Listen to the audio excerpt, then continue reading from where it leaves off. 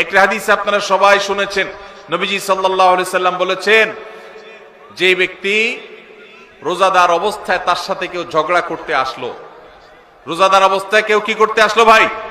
ঝগড়া করতে আসলো। যখন কেউ কথা বাড়াচ্ছে, ঝগড়া করবে, এরকম পরিস্থিতিতে সে যদি বলে ইন্নী সাইম, ইন্নী ইমরাউম সাইম, আমি রোজাদার মানুষ, আমি তোমার ঝগড়ার উত্তর দিতে পারতাম কিন্তু দিলাম না, কারণ আমি রোজাদার, রোজাদার ঝগড়া করা নিষেধ।